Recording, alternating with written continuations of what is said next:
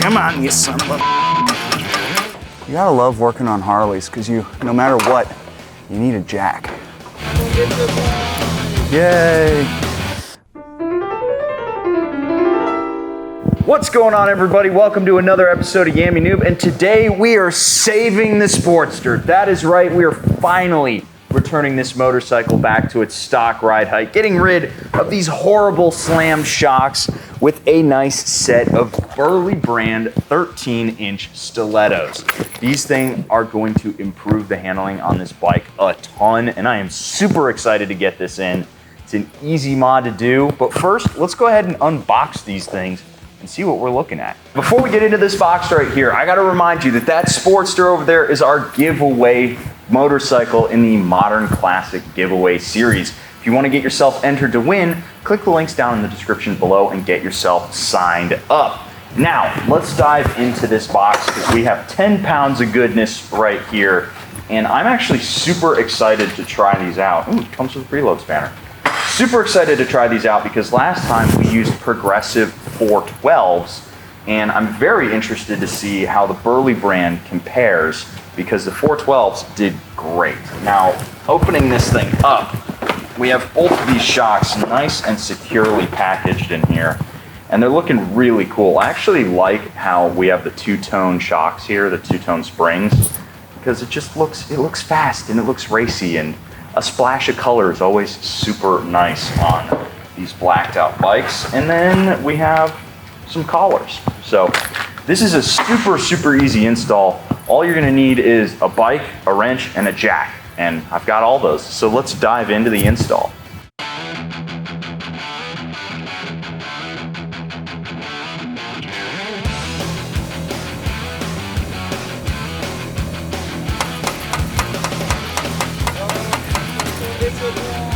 Yay!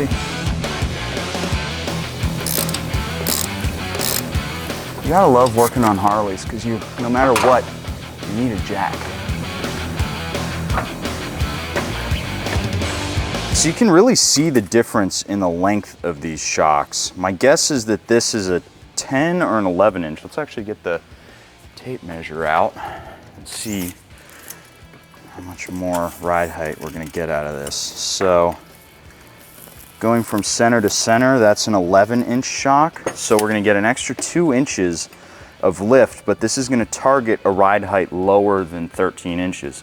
It's important to know when you're putting on shocks that it's not about the overall length of the shock, it's about the target ride height. So when you're putting on new suspension, just give that a thought. Also, if you're on a Sportster, follow me here,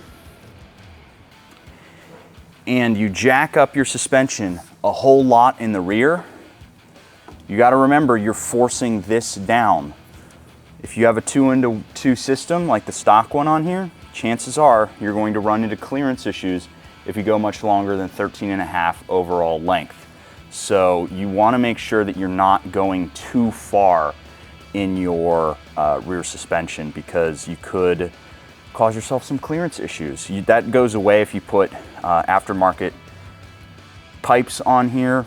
Ideally, I'd put a 2-into-2 system instead of going with something like the short shots, but that's all personal preference. And let's get that other shock off, and hopefully we can get this bike lifted back up to its proper ride height.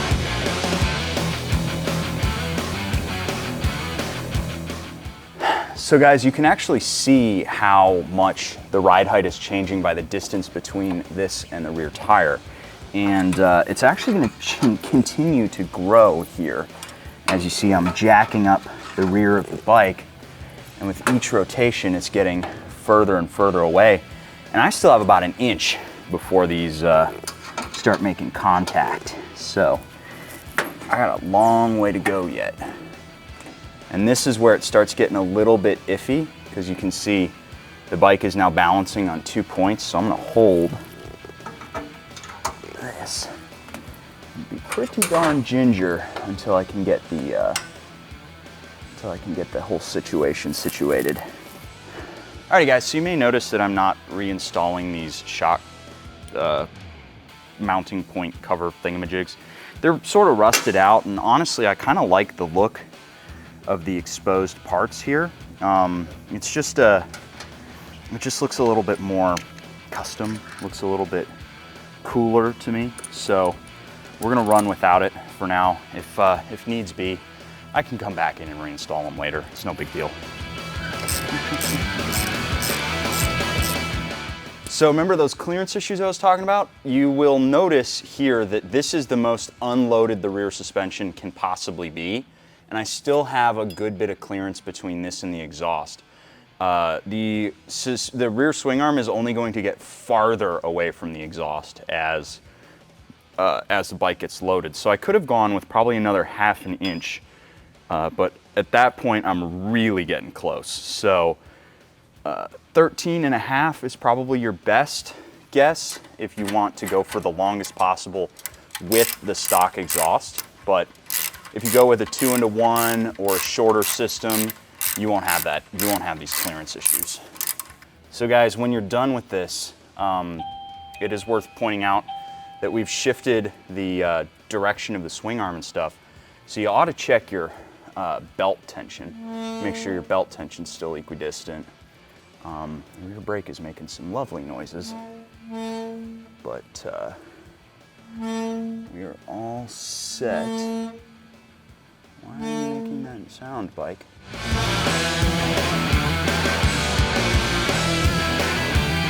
Alrighty guys, 4 bolts later, well, 4 bolts plus 3 bolts, it was done. We got the job done. It's actually really simple on this motorcycle. The biggest pain in the butt is jacking the suspension up, jacking the whole motorcycle up so that you can move the swing arm independently. If you don't have a center stand, it can be a little bit of a pain in the butt. So just think about that before you dive in, because you don't want to pull the shocks off and have the whole bike just squat, because then you're going to have to lift up 570 pounds worth of motorcycle. On the plus side though, these shocks have done a lot to raise the ride height on this bike, and you can see it just sitting here. I can get about a fist and a knuckle between my hand here and the fender, which is a lot improved. We've gotten probably about 2 inches of ride height out of this, and if I sit down, you can see it's not squatting down. It feels more like a normal naked bike.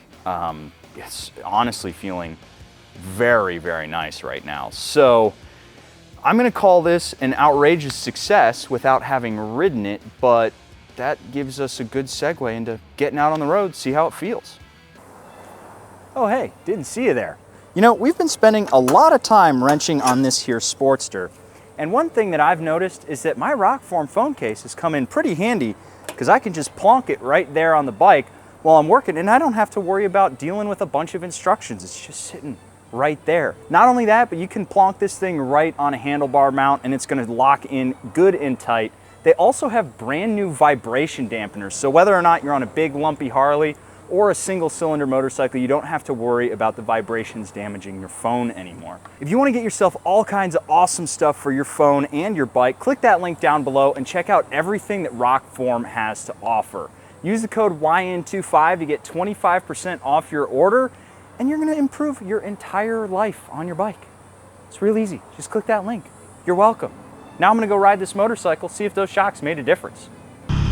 Now, what is the first thing you notice when you pop these shocks onto this motorcycle? And I gotta say that it is, holy cow, is the steering so much lighter on this motorcycle.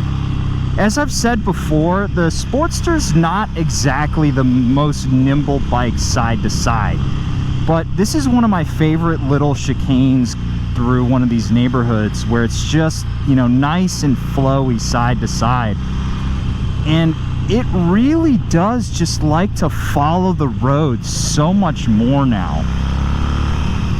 The bike, it doesn't feel like you have to hold it on a line. It goes down, it finds its line, and it stays there, which is so nice. And with the increased ground clearance, you can carry more speed through a corner. It's crazy that you would ever want this to go away. You know, why would you drop the shocks on this motorcycle? you just get so much more. The bike has so much more to offer. And it really does allow these tires, these Conti Road Attack 3s, to do a lot more work for the bike. It allows you to feel that edge grip a lot better. Holy cow, does it feel good. Now I will say, I've got 2 clicks of preload in. Possibly, I might want to go up 1. But I'll play with that another day. Honestly, at this point, the 2 clicks of preload are feeling really nice. You know, I don't really feel the motorcycle's weight shifting too much when I get on the gas.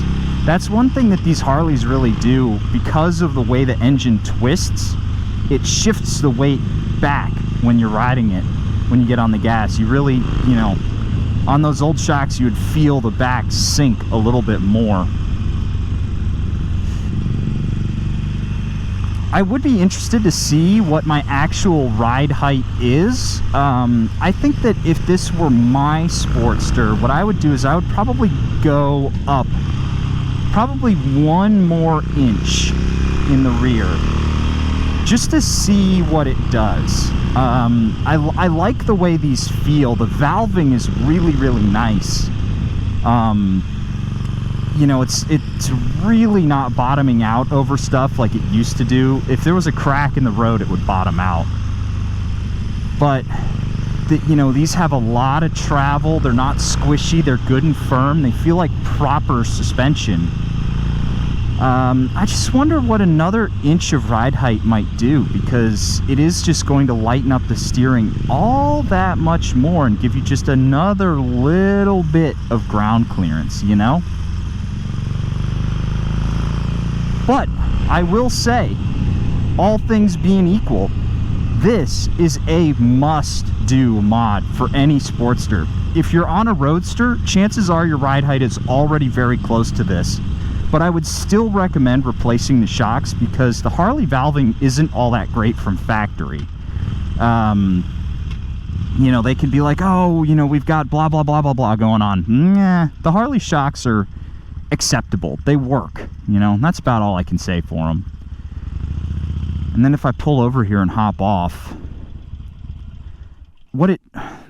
another thing I didn't mention is you can actually use the kickstand without having to throw the weight of the bike to the wrong side.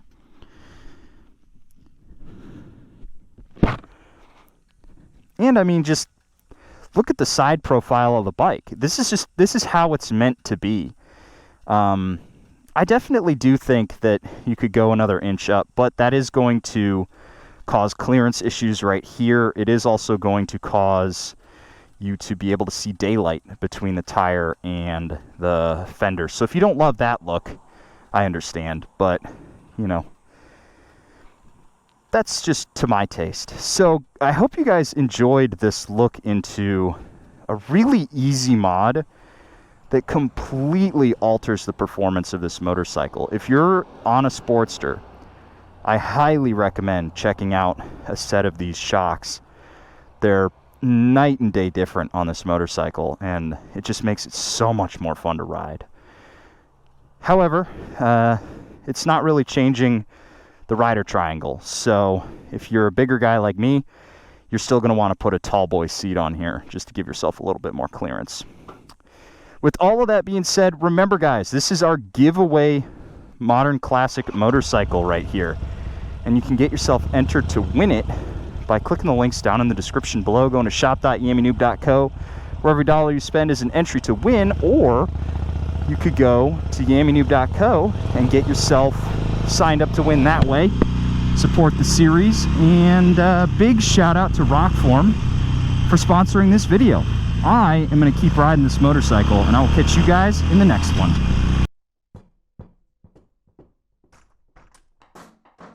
Keep watching.